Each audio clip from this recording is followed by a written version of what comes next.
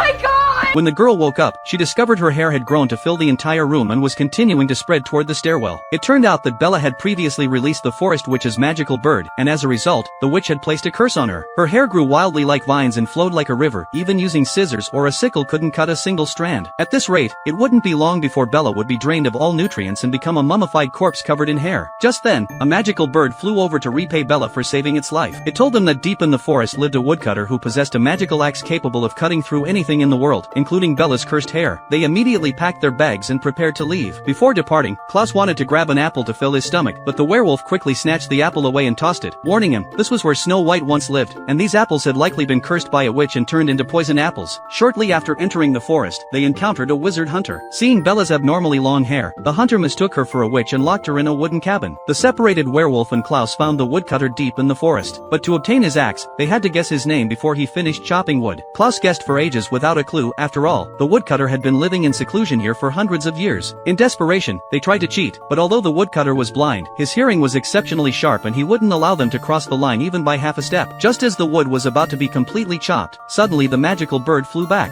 It found a clue on the woodcutter's hat and immediately flew to Klaus's ear to whisper it to him. In the final second of the countdown, Klaus shouted out the woodcutter's name. That's right, he was simply called Woodcutter. The woodcutter kept his promise and handed them the axe. Meanwhile, the magical bird also found Bella and brought the news to the werewolf and Klaus. They arrived near the large tree where Bella was imprisoned, but couldn't find the entrance no matter how hard they looked. Clearly, the wizard hunter had used magic to conceal the door. Klaus had a flash of inspiration and wanted to use the magical axe to split the tree open directly, but the werewolf stopped him, saying this would kill Bella along with it. In their desperation, they came up with a solution that gave even Bella a headache: have her throw down her vine-like long hair to use as a swing. The werewolf climbed up using the hair and successfully rescued Bella. Just then, the hunter returned. Klaus tried to ambush him from behind, but his arm got caught in the door, rendering the magical axe useless in his hands. Just as the werewolf was about to be beaten to death by the hunter, Bella quickly took the magical axe from Klaus. But the magical axe only chopped wood and wouldn't harm people. The moment the table was split open, the hunter also triggered a bear trap on the ground, and his thigh was caught tightly. The werewolf wanted to finish him off, but Bella's compassionate nature kicked in, and she ultimately spared his life. Afterwards, Bella used the magical axe to break the witch's curse. They discovered the dwarf near the village, only to find that the dwarf had already used the magic mirror to trade for a sheep.